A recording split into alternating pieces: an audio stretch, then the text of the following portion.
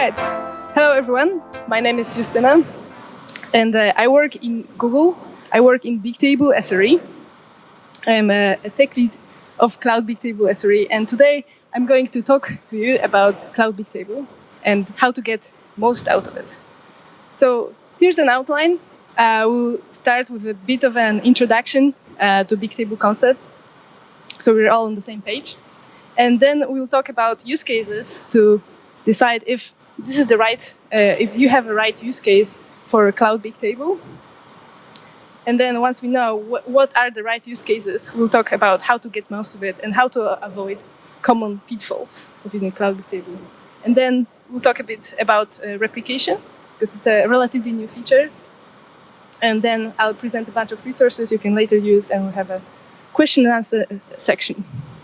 So maybe quickly, who have heard about Cloud Bigtable before? Can you raise hands? Okay, it's a bunch of people. Who is using Cloud Bigtable? Okay, not so many. Who's using Cloud SQL? Firebase? Cloud storage? Okay. Yeah, so we have a bunch of different databases in the Google portfolio, and it's really worthwhile to figure out which one is good for what use case and which one to use. So let's start with a bit of introduction. So Cloud Bigtable is a NoSQL database, which is a bummer because SQL is kind of nice, but it also gives you a huge scale you can operate on. So it's distributed by default, and it operates on like petabyte scale easily. It operates on the Google scale. You can imagine that this is like a foundational technology that Google uses to power most of its products, right? So it was developed for use cases such as Google Search, Gmail, Maps, Ads, and so on. And on like lower level detail, you can think about it as a log-structured mesh tree architecture, not B-trees, with a write-ahead log. So you can achieve a very high throughput with Cloud Bigtable. It obviously depends on your workload, right? You can have different workloads. You can have very big requests. You can have small requests, and so on. But like typically at least like 10 megabytes per second of throughput per node, and you can have like 220 megabytes per second scans, and you can also have really great latency, like low single-digit millisecond reads and write, at 99% out at the scale. And as a GCP customer, you interact with Cloud Bigtable by first creating an instance of Cloud Bigtable within your cloud project. And an instance is a collection of one or more replicated clusters that serve your traffic and host your data. And a cluster is basically a collection of server nodes that host those tables and tables where the data is. So how the Cloud Bigtable tables look like? So they are sparse, okay? Unwritten cells take up no space. They're also atomic. So for example, if you update a single row, you will either update it completely, or you won't update it at all. This is what atomic means in this case. It's also indexed by the row key, and the data is sorted by the row keys. And when you think about the data model, I like to think about a giant spreadsheet, right? You can see here like a small sample of this spreadsheet. You have rows, and you have columns, right? So exactly like a spreadsheet. But we have an additional dimension of a timestamp. You can see here in this example that you have a cell, right, that has multiple timestamps that can be multiple versions. And this way, every cell can be versioned. And this can be also utilized with the garbage collection. So we have this giant spreadsheet, right? It's sorted by the row key, and it's also sharded into tablets based on the row keys. So Cloud Bigtable, compared to a bunch of other databases, such as, like, for example, Cassandra or RAIAC, it's a bit special that it separates its storage layer from your processing layer. So in this example, when the tablets are removed, the data is not physically copied to another place. The assignment of which nodes serve this particular data is changed instead. So, for example, here on the second picture, you can see how rebalancing works. So Cloud Bigtable Rebalancer realizes that one of the nodes is too overloaded, in this case, the node A, and changes the assignment of some of the tables to the less loaded node. And in the underlying storage, the data doesn't change place, but the node handling it will change.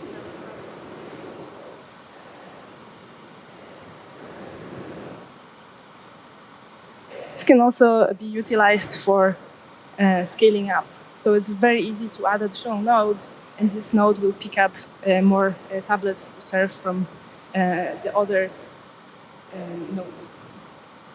So basically, you can add nodes, and your usage will, like, what you can get from this will scale linearly with the nodes you add. So with like 3 nodes, you have like 30,000 requests per second. With 300 nodes, we have 3 million. I haven't met a customer who would like basically have like a bottleneck of scaling yet, right? And we use it internally at Google as well, and handles those workloads. So I think another like. Sorry. Okay. All right. Do you have problems hearing me? Okay, but I don't have to repeat anything. Okay, cool. Because I can rewind, but I'm sorry for this. Okay, now I'm much better, right? Okay, sorry guys. Okay, so I think another huge thing about Cloud Bigtable is that it's managed by Google and operating yes, like this. Okay. All right. I can still see things. That's good because it's like in front of my face. Okay, so it's managed by Google, right? And I have to say that operating a huge database, this scale is really hard, right? You have to think about monitoring. You have to think about automation. You have to think about updates. Like when you are monitoring things, it still might be not enough. You have to think about troubleshooting tools. It's a huge amount of work, and it's really awesome if you have like an experienced SRE team like mine that will jump when there are problems and solve them for you. And there are no planned downtimes. If you have like a single node database and you update this, like you have to think about downtimes, right? If you have a single MySQL node, there's no downtime for Cloud Bigtable because, as I said, the nodes can pick up a load from other nodes, and it's just a normal operation.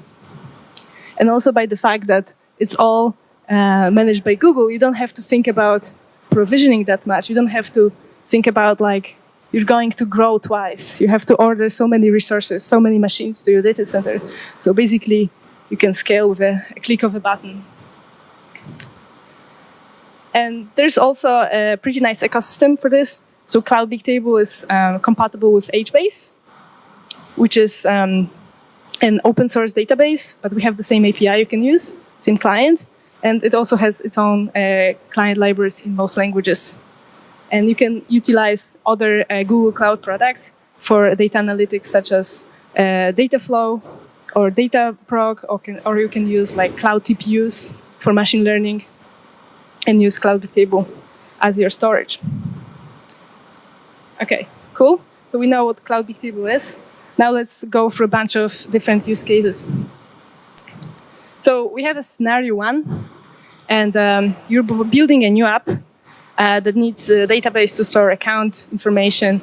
Like you expect infrequent changes, you need strong consistency, and basically you think about this will store like hundreds of gigs max of data. Like, do you think it's a good use case? Yeah. I think it's not the best use case. I would use like a Firebase, Firestore, MySQL, things like this, yes? Because of the scale, mostly. Because it starts from like what, 30,000 queries per second, something like this. If you need something like 300 queries per second, then you'll have like a low utilization, right? And it's also a distributed database, right? So distributed database doesn't work very well for like very small use cases. It shines when you have a really big use case. And like, if you need a database on hundreds of nodes, this cost will be very small for you, hundreds of dollars, right? But I would say like probably it would be easier. It will be more common, right, to use some sort of like SQL solution and so on for replication. I have a bunch of other scenarios. So if you're using HBase, like on-prem on GCE or Cassandra, and you're looking for a managed solution because managing those clusters is a pain for you, I think Cloud Bigtable is a great use case. Another thing is that you're building an application and you know that you're going to use distributed database and you're thinking about millions of queries per second. For example, maybe you're processing logs from visits to websites, and maybe you know that you're going to ingest a lot of those logs, and then you're going to run pipelines on them. And like we have a use case of I think 25 millions of queries per second. We have also use cases of like billions of events processed within an hour, and so that's like high throughput use cases are really great for this kind of database. And another thing is when you have a lot of data, but this data is not cold. And you can also utilize like streaming solutions on top of this. So I have the last use case here. And this use case requires an SQL. And this particular user doesn't have any experience with dealing with inconsistent data. So that might be a potential issue. And instead, here I would recommend using either Firestore or Cloud Spanner. Cool. So popular use cases are Internet of Things, advertising technology, financial services, like building things like recommendation systems. Also, a bunch of our customers build monitoring systems on top of Cloud Bigtable with technologies such as OpenTSDB, Prometheus, which is quite interesting. All right, so kind of, I would say more meaty part of this presentation is like how to get most of your Cloud Bigtable.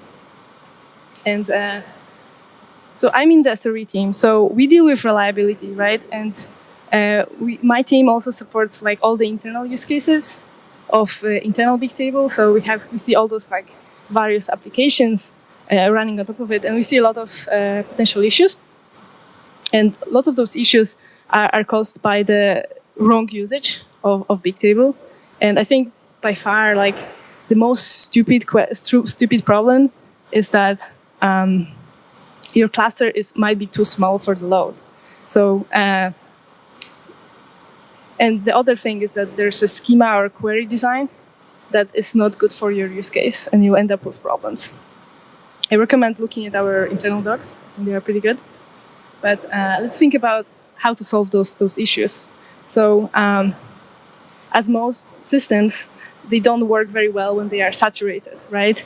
If you have a big queue of requests, you can queued up, you can expect that it's going to take time to process all of them. So you're going to have additional latency. It's same here. Like if your utilization is about like 100%, you're going to have a slowdown. So it's very important to make sure that you have enough headroom for your traffic to be processed in timely manner, because you want your database to be fast. So we guide people to look at two things to look at CPU utilization, and we also have a thing called storage limits, because in theory, storage and nodes can scale totally separately. However, it's good to maintain like at least decent enough ratio of nodes for the storage, because there's an overhead associated with managing the tablets. So you can find the info about like utilization in the console or the SciDriver. Sadly, we don't have an auto-scaling solution for you right now, but you can use the API to maintain, let's say, a constant amount of slack, like a margin, for your traffic to increase. For example, if you have a spike of load, and even better, like if you know that on weekends you're going to have a smaller load, but let's say on Monday you'll always have much bigger load. It's great to scale up in advance to avoid like your traffic to be affected by slowdown due to overload. So that's kind of boring because almost obvious. However, the schema design is a bit more tricky. How do you lay out your data in this giant spreadsheet, right? So hotspotting is a bit similar to overload, but basically you saturate a single server. And this can be caused by the fact that your data is laid out in the wrong way. And you can use a tool called Key Visualizer to visualize how your data is laid out, which is a huge help. And I have a bunch of interesting screenshots here. So see here, we have an even distribution where you can see that there are like slight stripes. There's a variation of color, but there isn't visible like any single pattern that you'd say that like you're hotspotting somewhere, right? You can see that you are querying stuff all across the board. And the picture the most on the right, is an example of typical hotspotting. This can be a single line, this can be a bunch of lines running horizontally. So those pictures are illustration how you utilize your keys, your Bigtable, in time. So horizontally, you have time. Vertically, you have partitions of the key space, right? So here, in the hot ranges example, most of the picture is black or almost purple, right? Which means here that the utilization is very low. And you have those like thin lines of very high utilization, which means that only small parts of the key space are receiving all the traffic.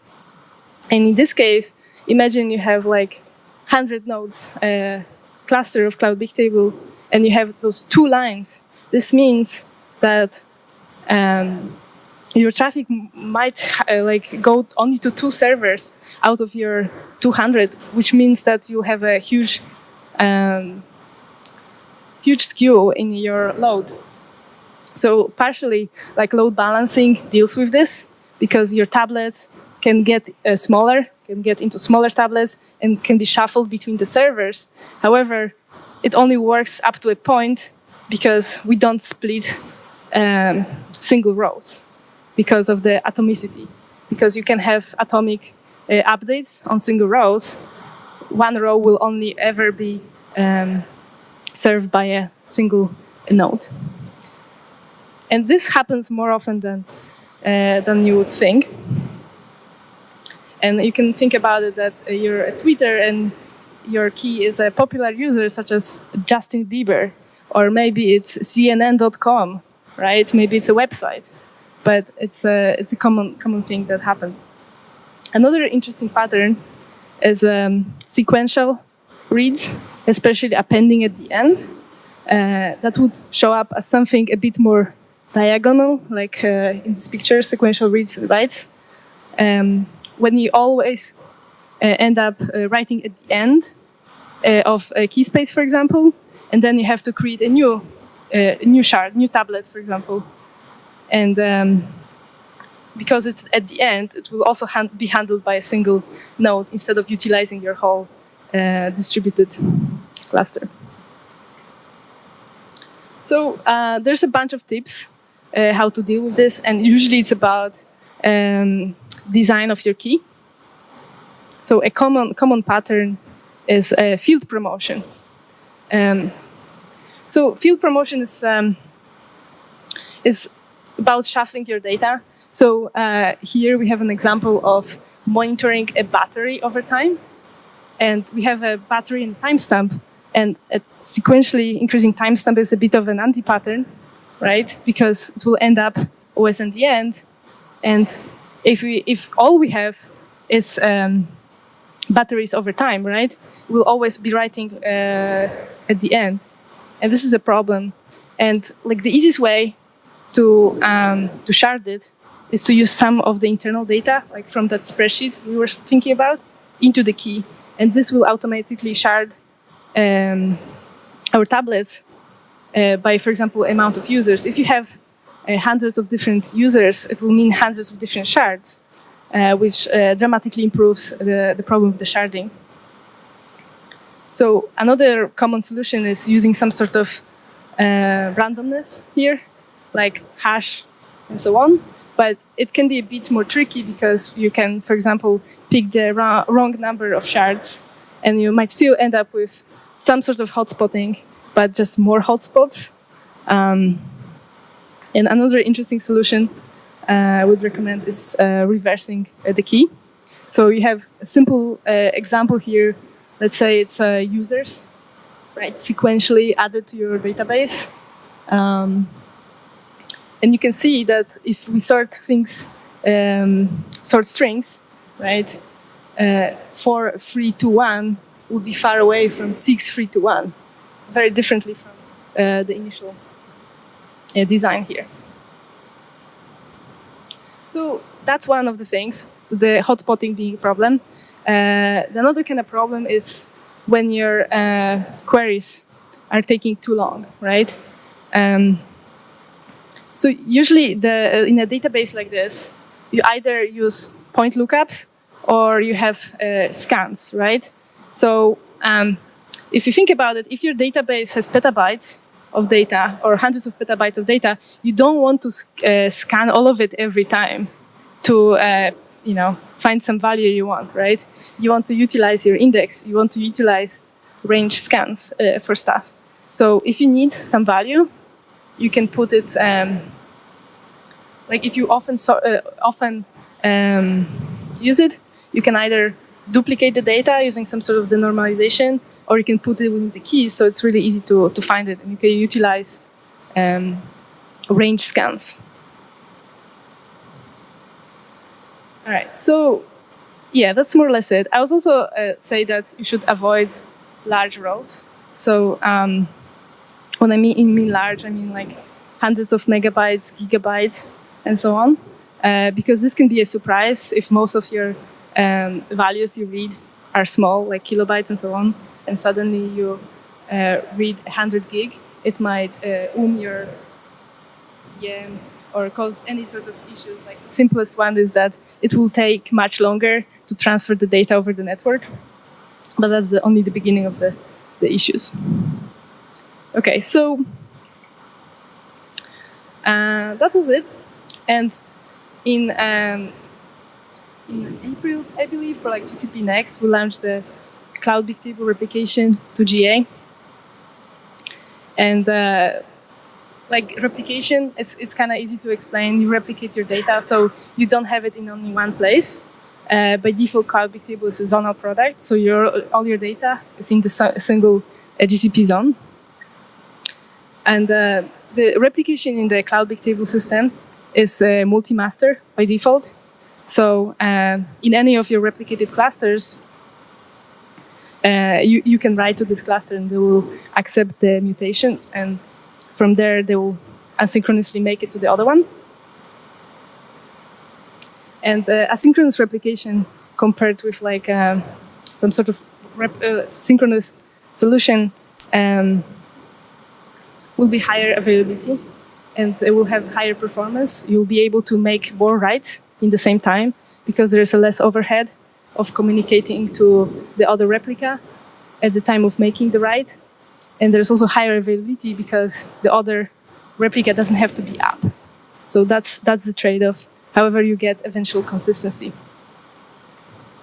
So currently, we have a GA regional replication with 2 clusters available. So, okay, cool, replication. Why would I use it, right? So I have a job bias here. I'm a reliability engineer, right? So I would say, yes, replicate. What are you doing running on a single replica? But like, it's up to a specific application and your needs. It's always a trade-off between cost and availability, right? So if your business is okay with not running from time to time to optimize for cost, maybe that's fine, right? Or maybe you just use this data to process something, and it's okay if it's not available for some time. But for most like serious business use cases, replication is the best way to increase your availability from zonal to regional. And like with redundancy, you can sustain a zonal failure in cloud that happens.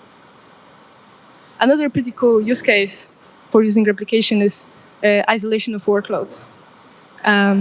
So I was mentioning earlier that if you overload your cluster, you're going to have a problem, right? Your latency will increase, and like your users might suffer. And if you have different types of workloads running on your data, you don't want one workload to affect the other one. You would not like to have a situation when, let's say, you're a music streaming system, right? And maybe you serve recommendations to someone, like what songs should they listen to next. You don't want a workload that computes what are the interesting songs for the next week to interfere with the serving traffic for the current day recommendations, right? So you can use 2 separated clusters. They can be different sizes. They can scale separately on their own. They can replicate from one to another, but they can be completely isolated. So if the batch workload comes, and for example, it's very spiky, and it overloads the cluster for batch, it doesn't affect your serving at all. So users will still be happy seeing their recommendations in time. So it's a good use case to isolate serving and batch workloads. Cool. So that's one of the things. The other use case for replication is performance. So the easy one is achieving better throughput. So I was saying before that a single row, single tablet is served by a single node. So what happens if you replicate it? Then it's served by multiple replicas, right? So basically, out of the box, you can increase your throughput. The other interesting use case is achieving better latency with replication. And a common technique is request hedging. In the most naive implementation would be that instead of sending one request to one replica, you send 2 requests to 2 replicas, and you take the one that was faster. And often those issues for latency are not correlated with each other. So you can achieve much higher performance this way, much better latency. However, if you send 2 requests at the same time and maybe don't cancel the other one, you'll have wasted work. So you'll increase your utilization. And you can play with this, and you can increase very good results with decreasing your tail latency by tuning when do you send, let's say, the second request. For example, we have an example here from the paper written by, among other things, Jeff Dean, that you can easily reduce like 99 percentile just by increasing your utilization by 5%. So for any kind of like serving use case, this is a great win. But there are pitfalls, right? So I was mentioning that there's an eventual consistency in such system, but not everyone ever dealt with a database like this. and it's worthwhile to talk about the basics. So if you use multi-master replication, you don't have a guarantee to read your writes. So how does it look like? We have an example user that talks to the instance with 2 clusters. And at first, he writes a mutation to the cluster A. And mutation is successful, and it queues for the asynchronous replication with the other cluster. But the same user sends a read request to the same instance, but this instance lands on another cluster. And he gets the result, and the result is from before his previous update. And this can be very surprising for some people, but replication takes time, and this is normal behavior. And you can't really assume that this will happen, let's say, 3 milliseconds or something like this. It might depend, because it's a distributed system. Tablets are moved, things are queued. If we prioritize write availability to replication. And you also have another problem of 2 concurrent clients as well, when one cannot see an update and it can override you with information based on the previous data, similar to the concurrent programming without synchronization. So how to deal with this? So there's a first solution that it's super easy. You just don't use multi-master replication. So basically, you use a routing profile in your app profile that directs all your mutations to a single cluster. This will mean that things are consistent again, because you only talk to the first replica, and the second one will be there if you need it. For example, if you manually switch it over. So this will mean that you have a lower availability, but you will still be able to depend on things like consistent updates and reading your writes. Or you can take a more ambitious path of designing your application to deal with it, right? Maybe it doesn't matter. Maybe you don't write to the same row from the same mutations. Maybe you only care about the version. But it's definitely a thing that is important to think about. So another caveat is that Cloud Bigtable always prefers the current traffic, serving traffic, than replication. Replication is asynchronous. So if you overload your cluster, your replication might back up, and the data will be stale for longer. And another common caveat is that if you use the failover, if you use replication for redundancy, for failover, you have to make sure that you have enough capacity for it. So in the example, let's maybe look at the 2 clusters, right? We have 2 clusters, and let's say they are both utilized at 60% utilization, right? So what will happen? You can think about it like 60%, oh, it's not that much of the utilization. I should probably be fine. But if one of those clusters disappears, it will take all the load from the other one and will suddenly make 120% utilization. And things don't work that way, right? So basically, you have to have enough capacity to pick up the load from what you are, what you're trying to be a failover to.